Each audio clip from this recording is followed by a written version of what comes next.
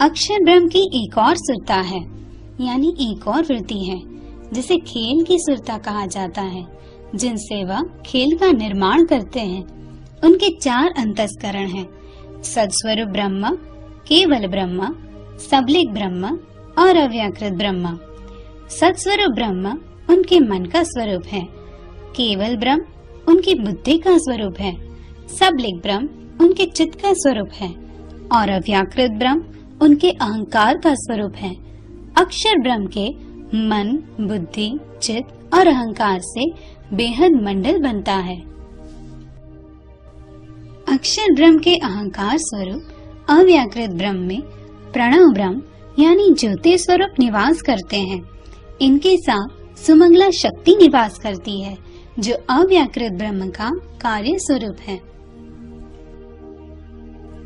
सुमंगला शक्ति ज्योति स्वरूप को प्रेरणा देती है कि वे खेल का निर्माण करें। फिर ज्योति स्वरूप से मोह सागर की उत्पत्ति होती है। उस मोह सागर में अनंत कोटि सुवर्ण अंड उत्पन्न होते हैं, जो प्रकाश के पिंड समान होते हैं।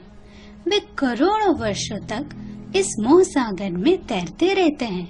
फिर जब उसमें ज्योति स्वरूप का मन अनंत रूप होके जीव के रूप में प्रकट होता है, तब उन सुवर्ण अंडों में से महाविष्णु प्रकट होते हैं। इन्हें आदि नारायण भी कहा जाता है। एक साथ अनंत महाविष्णु उत्पन्न होते हैं। उनमें से यदि हम एक को समझ ले तो अन्य सब भी वैसे ही हैं। एक महाविष्णु में से अनंत ब्रह्मांड बनते हैं।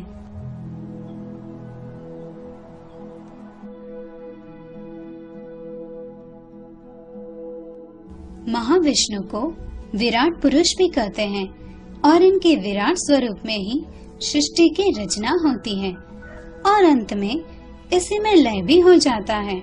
महाविष्णु का मन स्वरूप है शेषशायी नारायण, जो नीचे पाताल में गर्भोदक समुद्र में रहते हैं।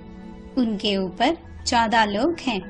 मध्य में 8वां लोक पृथ्वी लोक है, यानी कि मृत्यु लोक है, जिसमें हम सब रहते हैं।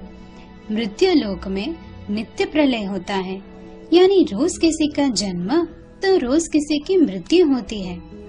उसके नीचे 7 लोक हैं: अतल लोक, वितल लोक, सुतल लोक, तलातल लोक, महातल लोक, रसातल लोक और पाताल लोक। मृत्यु लोक से ऊपर 6 लोक हैं: पितृलोक, स्वर्गलोक, महरलोक, जनलोक, तपलोक और सतलोक। जब नैमित्तिक प्रलय होता है तो स्वर्गलोक तब सब लय हो जाता है। स्वर्गलोक से नीचे सारे लोक का नाश हो जाता है। सतलोक यानी कि वैकुंठ, जिसमें ब्रह्मा विष्णु महेश रहते हैं। ब्रह्मा विष्णु महेश शेषशायी नारायण के नाभि कमल से उत्पन्न होते हैं। वे उनके मन के स्वरूप हैं और त्रिगुण के मन के स्वरूप हैं 14 लोक के तमाम जीव। इनसे ऊपर है अष्टावरण, जो 5 तत्व और 3 गुणों से बना है: पृथ्वी, अग्नि, जल, वायु, आकाश, मन, बुद्धि और अहंकार। 14 लोकों के जीव इन आवरण को भेदकर बाहर न जा सके, इसलिए ये आवरण उन्हें रोकते हैं। एक आवरण से दूसरा आवरण 10 गुना ज्यादा बड़ा होता है। अष्टावरण से ऊपर ज्योति स्वरूप है। अव्याकृत के स्थूल में जो मूल ज्योति स्वरूप है, ये उसका प्रतिबिंब रूप है।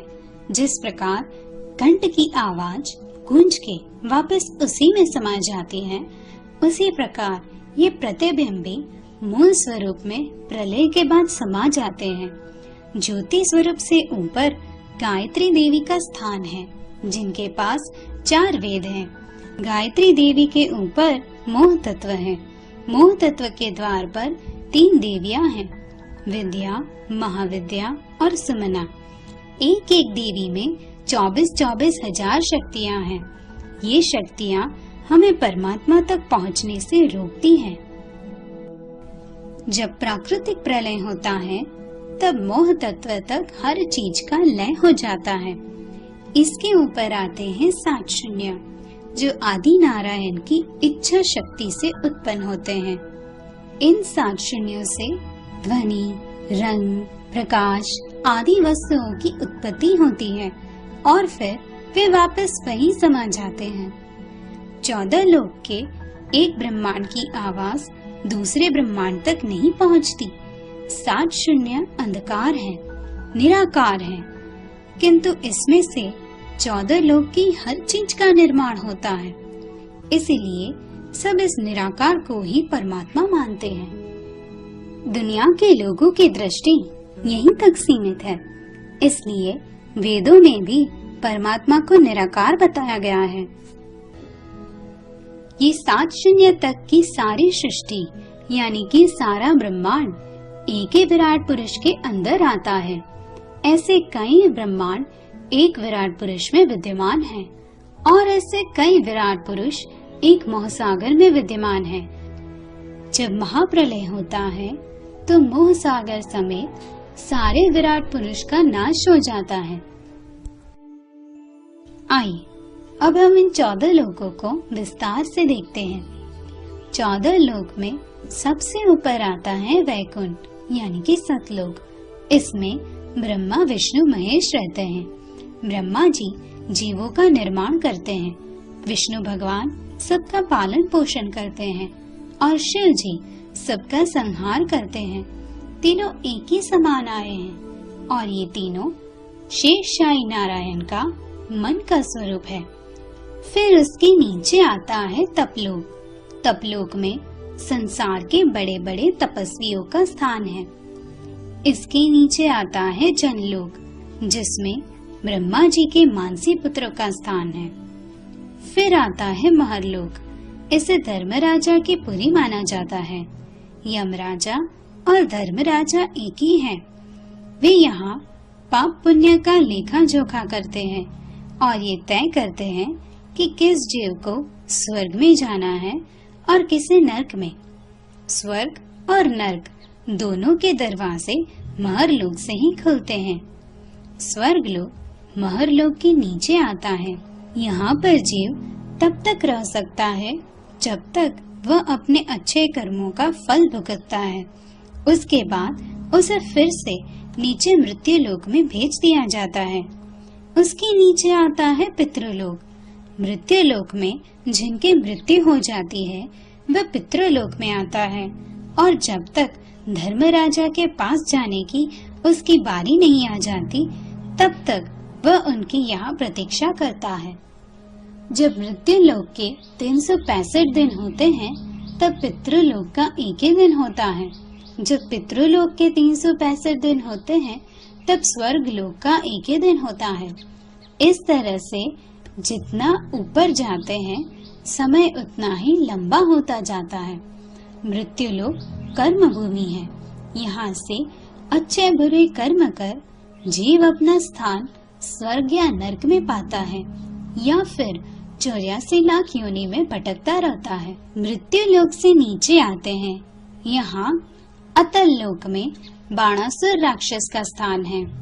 उसके नीचे वितल लोक में हाटकेश्वर महादेव का स्थान है। उसके नीचे सुतल लोक में बलि राजा का स्थान है, जिनको श्री विष्णु भगवान ने वामन अवतार धारण कर उद्धार किया था। उसके नीचे आता है तलातल लोक, जिसमें मायावी राजा मायासुर का स्थान है। फिर उसके नीचे महातल लोक नागलोक है। यहाँ पर तक्षक जैसे बड़े बड़े नाग होते हैं। तत्पश्चात रसातल लोक, जिसमें कवच वगैरह राक्षसों का स्थान है। अंत में पाताल लोक आता है। यहाँ सारे नाग रहते हैं। उसके नीचे गर्भोदक समुद्र है, जिसमें शेषशाही नारायण अपनी अर्धांगिनी लक्ष्मी जी के साथ 1000 फण वाले शेष नाग पे विराजमान हैं। उसके नीचे 84 नर्क के कुंड आए हैं, जिसमें ऊपर महर लोक से 70 तत्व का तन देकर पापी जीवों को नीचे फेंका जाता है। उसमें उन्हें अनेक तरह की यातनाएं देकर उनके पापों की सजा दी जाती है। इस तरह से सृष्टि का कार्य चलता रहता है। फिर जब महाप्रलय होता है तब 14 लोक, अष्टावरण, 7 शून्य सब विराट पुरुष में यानी कि महाविष्णु में लीन हो जाते हैं। महाविष्णु ज्योति स्वरूप में लीन हो जाते हैं। ज्योति स्वरूप अपने मूल तन अव्याकृत ब्रह्म के अंदर जाके समा जाते हैं। अव्याकृत ब्रह्म अक्षर ब्रह्म के अहंकार का स्वरूप है और अक्षर ब्रह्म श्री राज जी का सत्ता का स्वरूप है। सिर्फ हद भूमि का लय होता है। बेहद और परम धाम का कभी लय नहीं होता। वे तो अखंड है। प्रणाम।